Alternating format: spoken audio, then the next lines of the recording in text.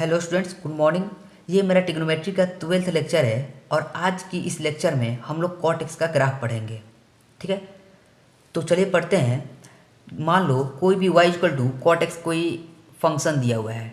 ठीक है, y equal to cot x कोई फंक्शन दिया हुआ है, तो इसका ग्राफ कैसे ड्रॉ करें।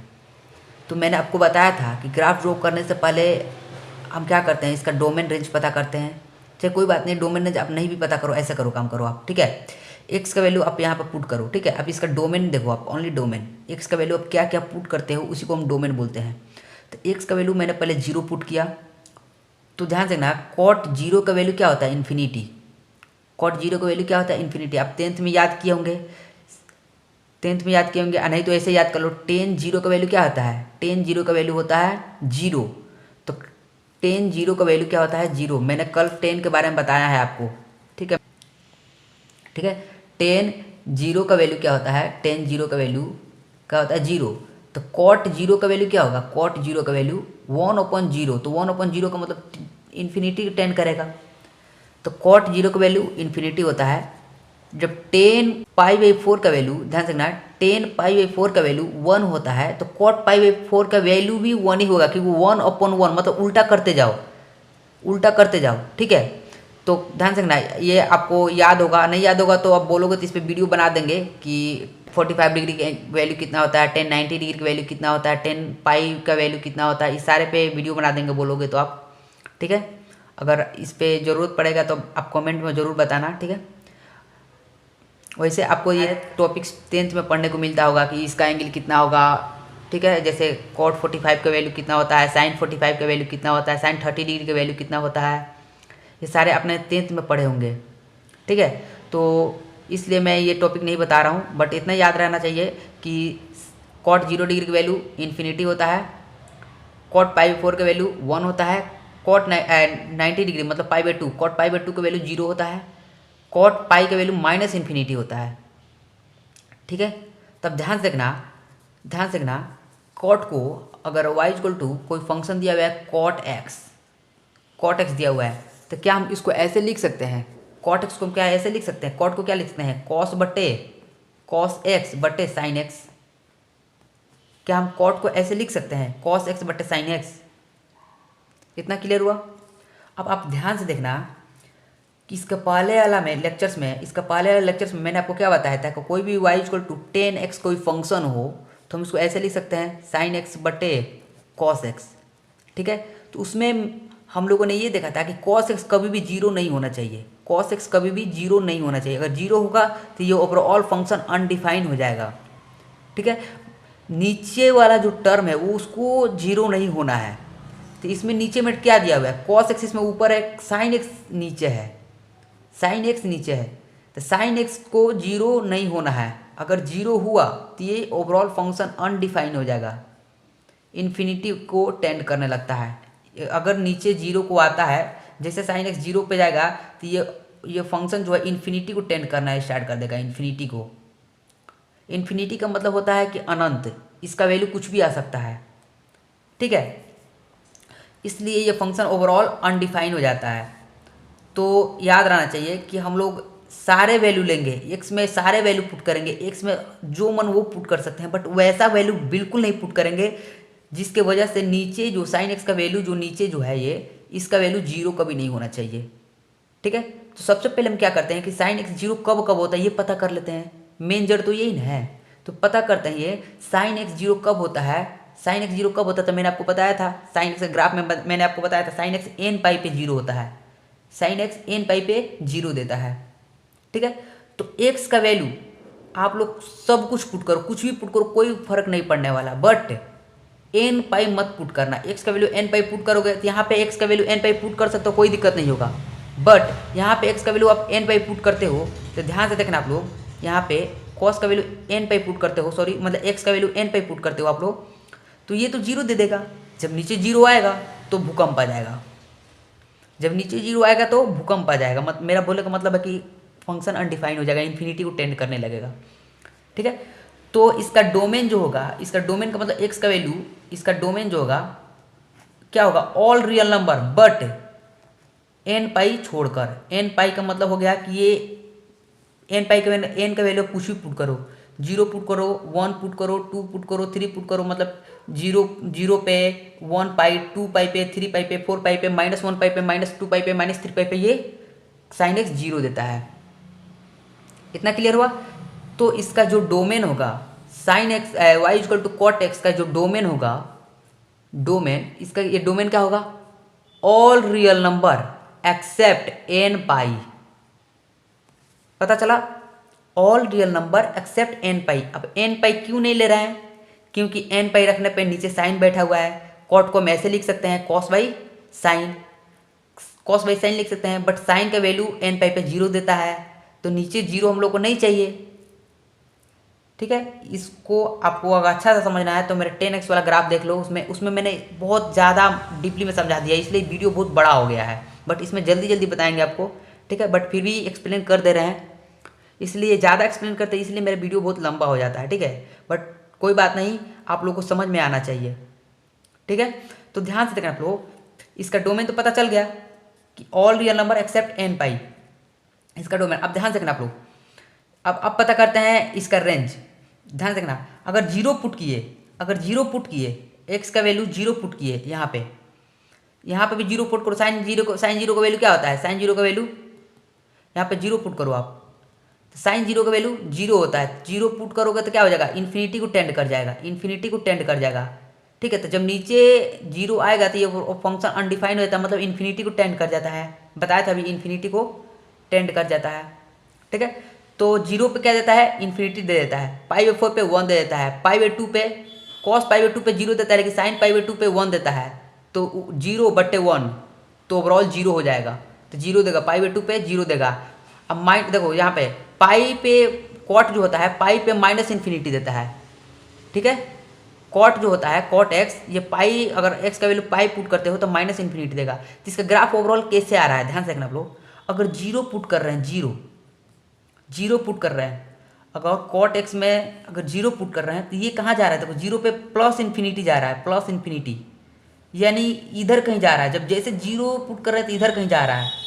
अब एक और बात बता दूं मैं आपको, यहाँ पे ध्यान से देखना आप लोग, कि अगर कॉस एक्स का वैल्यू जो होता है, कॉट एक्स का जो वैल्यू है, ये कब क्या देगा वो देखना ध्यान से। अगर हम π/2 क्या 0 पुट करते हैं तो ये इन्फिनिटी को टेंड करता है, बट ये क्या +इन्फिनिटी को टेंड करेगा या -इन्फिनिटी को टेंड करेगा, ये मैं आपको बता रहा हूँ। ठीक है, ध्यान रख, अगर 0 से थोड़ा सा बड़ा रखोगे, 0 से जस्ट थोड़ा सा बड़ा रखोगे आप, ठीक है, 0 से जस्ट थोड़ा सा बड़ा, तो ये +इन्फिनिटी के पास जाएगा। ठीक है, 0 से जस्ट थोड़ा सा बड़ा रखो तो ये +इन्फिनिटी के पास जाएगा। ठीक है, बट 0 से जस्ट थोड़ा सा कम रखो, 0 से जस्ट थोड़ा सा, 0 से बड़ा का मतलब हो गया कि 0.000001 रख दो आप, तो ये +इन्फिनिटी के पास जाएगा। ये कॉट एक्स जो है +इन्फिनिटी के पास जाएगा। बट 0 से जस्ट थोड़ा सा बड़ा का मतलब ये हो गया कि माइनस में आप 0 पॉइंट क्या रख दो, आप 9 रख दो, 9999999 ऐसा रख दो।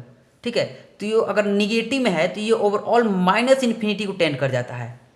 मतलब ये ग्राफ जो है ओवरऑल, अगर एक्स का वैल्यू 0 से जस्ट थोड़ा सा कम रखते हो, 0 से मतलब माइनस में थोड़ा सा इधर कम रखते हो, थोड़ा सा कम, ठीक है, एक्स का वैल्यू अगर थोड़ा सा कम रखते हो तो ये -इन्फिनिटी को टेंड कर जाता है। ये इसका ओवरऑल वैल्यू -इन्फिनिटी, ये ग्राफ कुछ इधर आ जाएगा, ये ग्राफ अब निगेटिव में इधर चला जाएगा।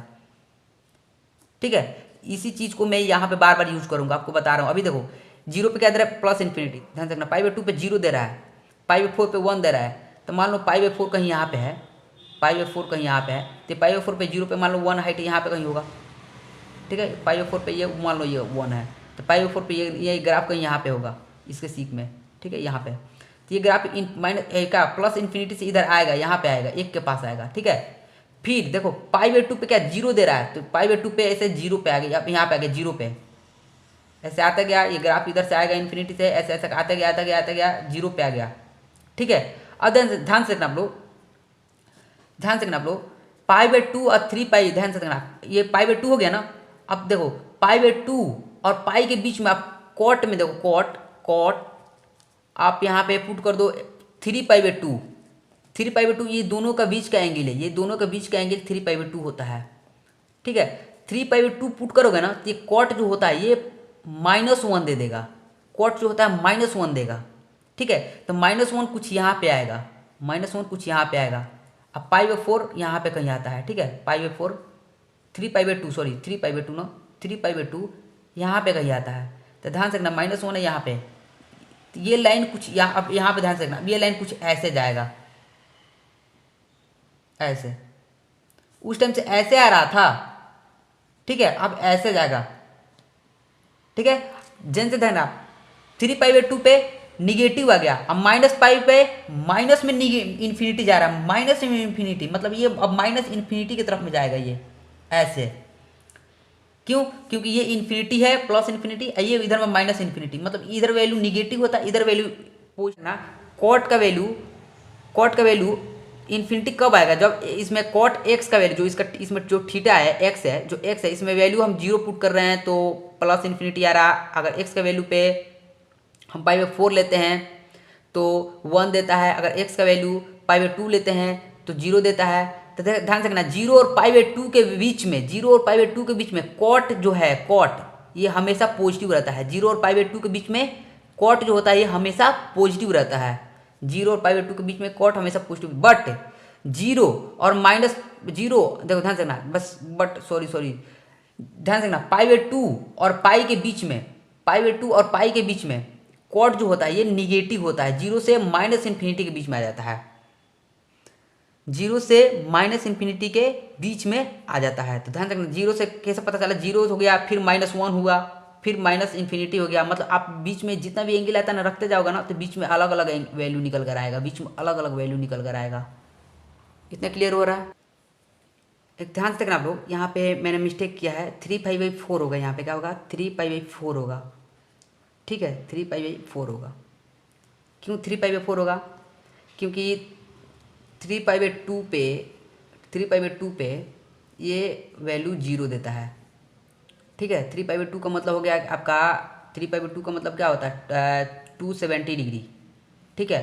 270 डिग्री का मतलब हो गया कि ये जो है ये पॉइंट यहाँ पे आएगा, लेकिन मेरे को चाहिए यहाँ पे, ठीक है, मेरे को चाहिए कितना 3π/4। 3π/4 का मतलब होता है कि 135 डिग्री, क्यों, क्योंकि π/2 और पाई के बीच में चाहिए, तो यहाँ पाई देखो, ये π/2 हो गया, ये पाई हो गया, इन दोनों के बीच में मेरे को एंगल चाहिए था, ये इसको बोलते हैं 3π/4, ये होता है 3π/4, ठीक है।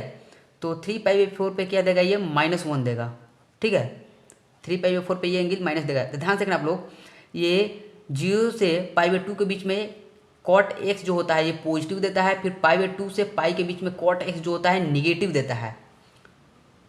इतना पता चल गया। π/2 और पाई के बीच में ये कॉट एक्स जो होता है, इसका वैल्यू जो ग्राफ होता है निगेटिव में होता है, ये निगेटिव में, और 0 और π/2 के बीच में ये पॉजिटिव में होता है, ठीक है। इसका ग्राफ कैसे जाता है, तो ध्यान से रखना 0 पे ये क्या था प्लस इन्फिनिटी था, फिर क्या हुआ π/4 पे ये 1 दे दिया, फिर π/2 पे ये 0 दे दिया, फिर 0 से जस्ट थोड़ा आगे बस निगेटिव आने लगा, ठीक है। फिर जैसे 3π/4 पुट किए, 3π/4 तो ये -1 दे दिया, यहाँ पे 3π/4 पे -1 देगा, ये -1 दे दिया, ठीक है। लेकिन जैसे पाई के पास, जैसे ये कॉट एक्स जो है पाई के पास जा रहा है, तब तक ये इन्फिनिटी को टेंड कर रहा है। जैसे एक्स का वैल्यू मतलब थीटा का वैल्यू हम π/2 ले रहे हैं, पाई ले रहे हैं, तो ये इन्फिनिटी की तरफ टेंड कर रहा है, कॉट एक्स जो है इन्फिनिटी की तरफ टेंड कर रहा है। इतना क्लियर हुआ। अगर ध्यान रखना, अगर पाई से ज़्यादा लेते हैं, जस्ट पाई से थोड़ा सा ज़्यादा लेंगे, ना, तो ध्यान रखना ये फिर से ये देखो पाई से थोड़ा सा कम था, तो ये -इन्फिनिटी में गया था। देखिए पाई से जस्ट थोड़ा सा ज़्यादा लेंगे ना, तो फिर से ये कॉट एक्स जो है ये प्लस इन्फिनिटी की तरफ में जाएगा, फिर से ये 3π/2 पे फिर से ये 0 देगा। ध्यान से 3π/2 पे बताया था ना 0 देगा, 3π/2 पे ये फिर से 0 देगा, ठीक है। और 2π के पास फिर से ये निगेटिव इन्फिनिटी में जाएगा। तो 3π/2 प्लस पाई के पास, पाई से जस्ट पाई प्लस ले लो, पाई से थोड़ा सा ज़्यादा लोगे तो प्लस इन्फिनिटी जाएगा। अगर पाई से थोड़ा सा कम लेते हो तो ये -इन्फिनिटी के पास जाएगा। मैंने आपको बताया था कि 0 से जस्ट थोड़ा सा ज़्यादा लोगे तो प्लस इन्फिनिटी जाएगा, अगर 0 से थोड़ा सा कम लोगे तो ये इसका वैल्यू क्या आ जाएगा, -इन्फिनिटी आ जाएगा। ठीक है। तो जीरो से जस्ट आप थोड़ा सा कम लो, जीरो से आप मान लो ये जीरो से थोड़ा सा ज़्यादा लिए थे तो ये पॉइंट प्लस इन्फिनिटी को टेंड किया था, लेकिन जीरो से थोड़ा सा जस्ट कम लो, जीरो से मान लो कि 0 पॉइंट ये बताता है 0.009 ले लो आप, ठीक है। तो माइनस इन्फिनिटी को टेंड करेगा, मतलब ये ग्राफ कुछ यहाँ पे चला आएगा, ठीक है। और देखो π/2 पे क्या देता है ये, -π/2 पे ये क्या देगा, ये 0 देगा, -π/2 पे ये 0 देगा। फिर ये ध्यान से पाई के पास जाएगा ना, ये प्लस इन्फिनिटी जाएगा, माइनस पाई के पास, ये प्लस इन्फिनिटी के पास टेंड कर जाएगा, ठीक है। इसका ग्राफ कुछ ऐसे होता है, इधर से आएगा, इधर से नीचे को चला जाएगा, फिर इधर से आएगा, इधर से नीचे को चला जाएगा, फिर इधर से आएगा, इधर से नीचे चला जाएगा, फिर इधर से आएगा, फिर इधर से नीचे को चला जाएगा। समझ में आ रहा है कॉर्टेक्स ग्राफ कैसे जा रहा है? इतना क्लियर हुआ आप लोगों को? मैंने क्या बताया, ध्यान से देखना आप लोग, मैंने क्या बताया, मैंने ये बताया आप लोगों को कि जो कॉट एक्स जो होता है, इसमें एक्स का वैल्यू अगर हम 0 से π/2 के बीच में लेते हैं, अगर एक्स का वैल्यू मतलब थीटा मतलब ये एंगल 0 से π/2 के बीच में लेते हैं तो इसका वैल्यू निगेटिव आता है, क्या सर पॉजिटिव आता है, क्या आता है, पॉजिटिव आता है, पॉजिटिव, ठीक है। बट π/2 से अब पाई के बीच में लेते हैं, बट एक्स का वैल्यू π/2 से पाई तक लेते हैं तो इसका जो वाई का इसका जो रिजल्ट आता है ये निगेटिव आता है, ठीक है, निगेटिव आता है। क्यों, कैसे पता चला निगेटिव आता है, कैसे चला पॉजिटिव आता है? ध्यान रखना, ये कॉट जो होता है, कॉट 0 डिग्री पे क्या देता है, कॉट 0 डिग्री पे प्लस इन्फिनिटी देता है, प्लस इन्फिनिटी। और कॉट जो होता है, कॉट π/2 पे क्या देता है, 0 देता है। देखो प्लस इन्फिनिटी से किसके पास जा रहा है, 0 पास घट रहा है, पहले प्लस इन्फिनिटी बहुत ज़्यादा था पहले, इसके बीच में क्या आता है, π/4 होता है, इसके बीच में π/4 होता है, तो π/4 पे कॉट 1 देता है, इसके बीच में π/4 होता है, तो 0 से π/4 देखो 0 से π/4 के पास गया तो पहले ये बहुत ज़्यादा था, बहुत ज़्यादा था, फिर जैसे π/4 के पास गया, 0 से π बढ़ते गया, जैसे π/4 पे आया बस 1 आ गया, 1, फिर π/4 से बढ़ते गया, जैसे π/2 पे आया तो 0 हो गया, समझ में आया?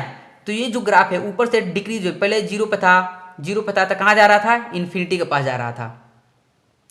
कॉट 0 का वैल्यू इन्फिनिटी होता है, तो 0 पे था तो इन्फिनिटी के पास चला गया ग्राफ, जैसे क्या हुआ, एंगल बढ़ाते गए, बस ग्राफ डिक्रीज करते गया, ग्राफ डिक्रीज कर रहा मतलब वैल्यू घटते जा रहा है, जैसे π/4 आया तो वैल्यू घट के 1 हो गया था, जैसे π/4 आया, π/4 तो वैल्यू घट के 1 हो गया था, वैल्यू कुछ यहाँ पे आ गया था पॉइंट, ठीक है।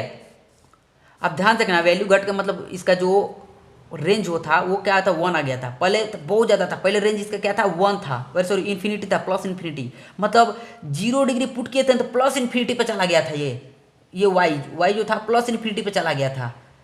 लेकिन जैसे 0 डिग्री से थोड़ा सा π/4 पुट की तो 1 पे आ गया, फिर π/2 पुट किया बस 0 पे आ गया। अब देखो पहले तो π/2 पे 0 पे था, लेकिन जैसे π/2 से आगे बढ़े, तो π/2 से जस्ट थोड़ा आगे क्या होता है, 3π/4, 3π/4 का मतलब होता है कि 135 डिग्री, 90 डिग्री के आगे 135 डिग्री, 135 पे तो -1 आ गया। ध्यान से रखना, अब 90 डिग्री पे था, 90 डिग्री पर 0, जैसे अब 0 से थोड़ा सा आप ज़्यादा लोगे ना, ध्यान से रखना, 0 से जस्ट थोड़ा सा ज़्यादा लोगे आप तो ये प्लस इन्फिनिटी देता है, और 0 से जस्ट थोड़ा सा कम लोगे तो ये माइनस इन्फिनिटी देता है, माइनस इन्फिनिटी। वैसे ही अब π/2 जो है ये π/2 से यहाँ से बढ़ते गया, ये π/2 ध्यान से पाई के पास फिर जा रहा है इन्फिनिटी के पास, ये पाई पे जैसे जाएगा ना ये प्लस इन्फिनिटी के पास, सॉरी ये जब π/2 पे क्या था, π/2 पे क्या देता है, ये 0 देता है, π/2 पे क्या देता है, 0 देता है, ठीक है।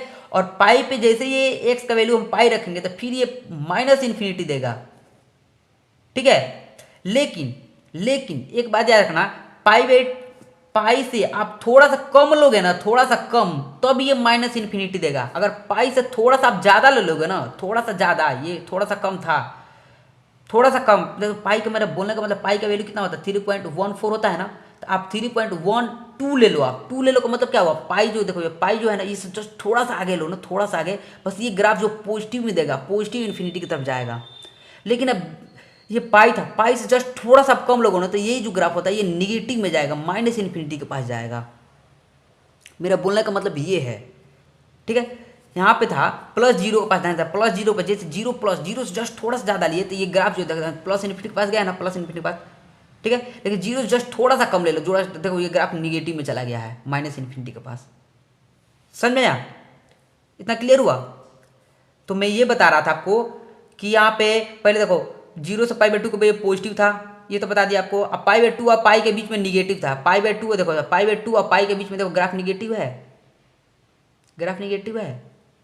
ठीक है। और एक और तरीका बता रहा हूँ आपको, पाई बाई टू पे क्या देता है, जीरो देता है। ठीक है, पाई बाई टू पे जीरो, और 3 पाई बाई 4 मतलब 135 डिग्री, इससे थोड़ा सा ज़्यादा है, उस थोड़ा ज़्यादा फिर भी 45 डिग्री ज़्यादा है, इससे 45 डिग्री ये ज़्यादा है, ये इस पे 1 देता है, -1।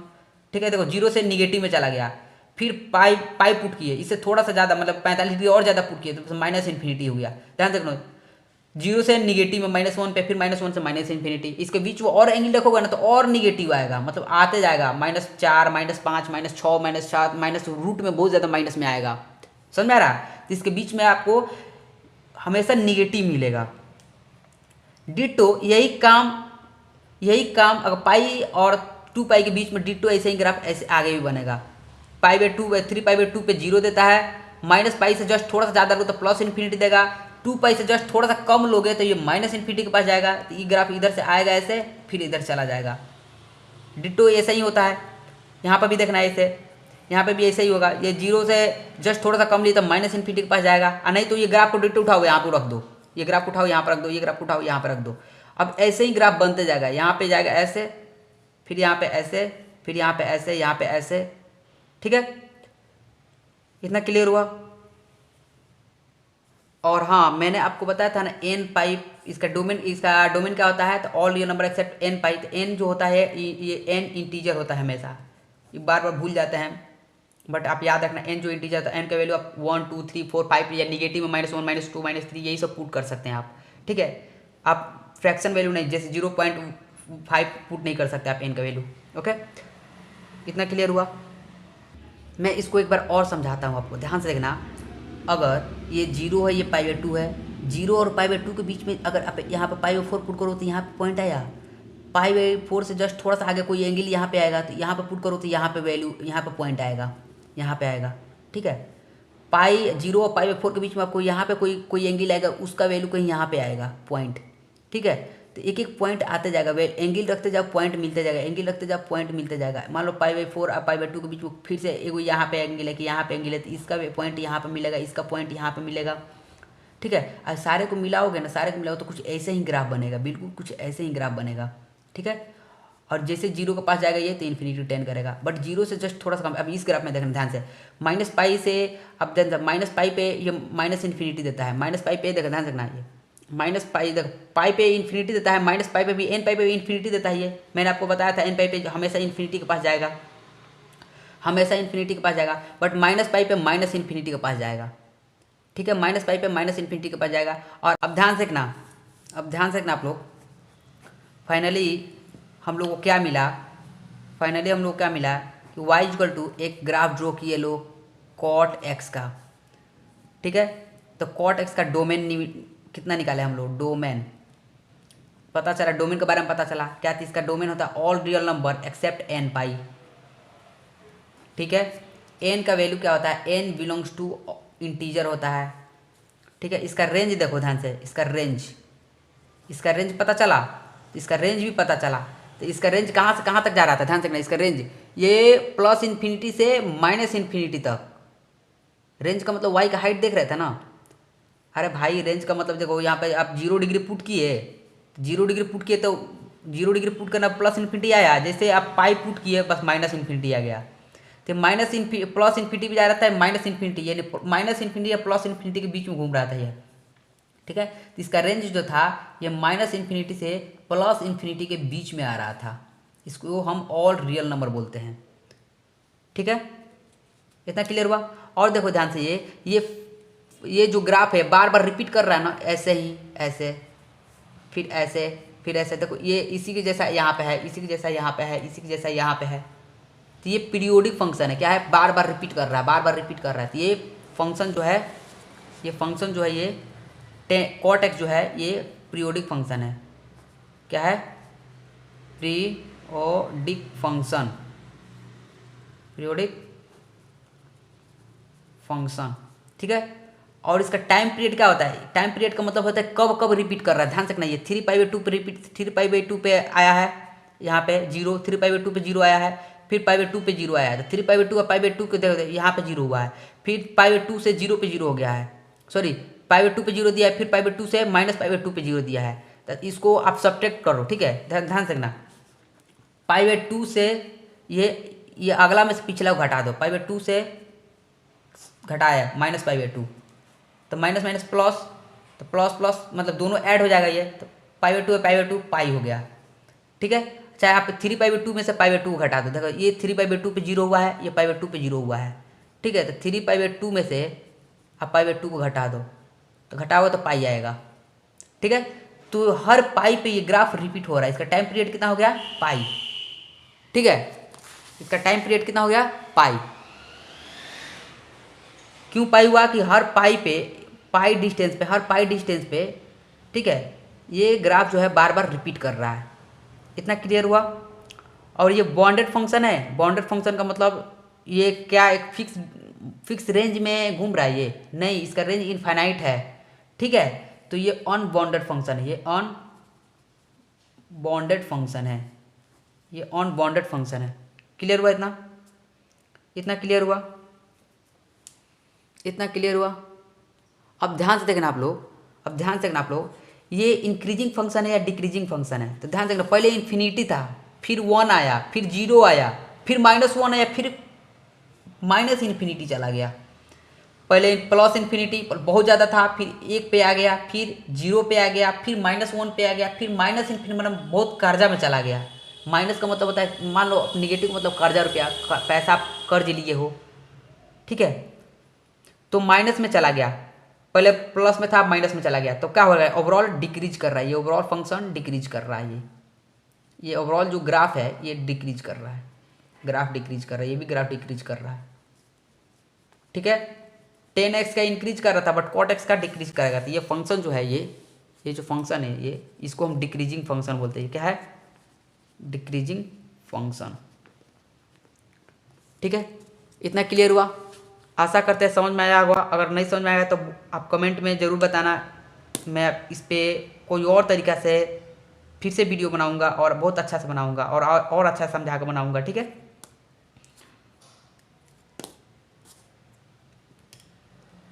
चलिए नेक्स्ट लेक्चर में मिलते हैं। वीडियो अच्छा लगे तो आप इसको लाइक कर देना और कमेंट में आप थैंक यू ज़रूर बोलना। चलिए नेक्स्ट लेक्चर में मिलते हैं। थैंक यू, जय हिंद।